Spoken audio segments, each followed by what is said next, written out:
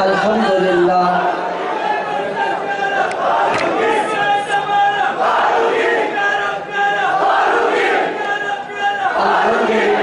وحدہ والصلاة والسلام علی من لا نبی بعدہ اما بعد فاعوذ باللہ من الشیطان الرجیم بسم اللہ الرحمن الرحیم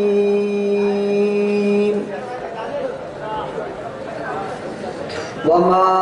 ارسلناک الا رحمتا للعالمین صدق اللہ العظیم۔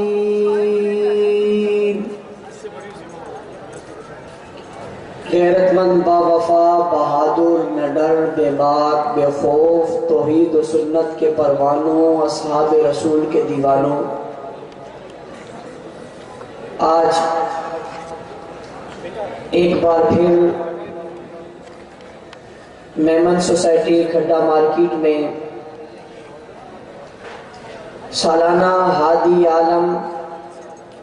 صلی اللہ علیہ وسلم کے عنوان سے معنون اس بابرکت بارونق پروگرام میں آپ حضرات سے مخاطب ہونے کی سعادت حاصل کر رہا ہوں۔ آپ دیکھ رہے ہیں اسٹیج پر جلوہ افروز ہیں، لاکھوں کروڑوں اربوں اور بے شمار سنی مسلمانوں کی دلوں کی دھڑکن عالم اسلام کے عظیم رہنما مدبر وقت حضرت اقدس قائد محترم فخر اہل سنت نواب زمانہ سفیر امن حضرت مولانا محمد احمد لدھیانوی صاحب اسٹیج پر جلوہ افروز ہیں، اور میں یہ چاہتا ہوں کہ آج انہی کی گفتگو ہو اور میں اور آپ ان کی گفتگو سنیں۔ رات کا کافی حصہ بیت چکا ہے اور سردی کی راتیں ہیں، آپ حضرات مغرب کے بعد سے مسلسل اس پروگرام میں بیٹھے ہوئے ہیں۔ میں آپ کے اور حضرت کے درمیان زیادہ دیر حائل نہیں ہونا چاہتا، حاضری لگانے کی غرض سے صرف دو باتیں آپ سے عرض کرنا چاہتا ہوں۔ پہلی بات کہ ہادی عالم عنوان پر گفتگو حضرت مولانا رب نواز حنفی صاحب، مولانا اللہ وسایہ صدیقی صاحب اور مولانا عبد الماجد حنفی صاحب اور دیگر علماء کرام آپ حضرات کے سامنے تفصیل سے کر چکے ہیں، اور میں بھی عنوان کی مناسبت سے ہر سال آپ حضرات سے کئی گفتگویں اس عنوان پر کر چکا ہوں۔ صرف آج دو باتوں میں سے پہلی بات یہ عرض کرنا چاہتا ہوں کہ اصحاب رسول کے دفاع عزت اور ناموس کے لیے ہم نے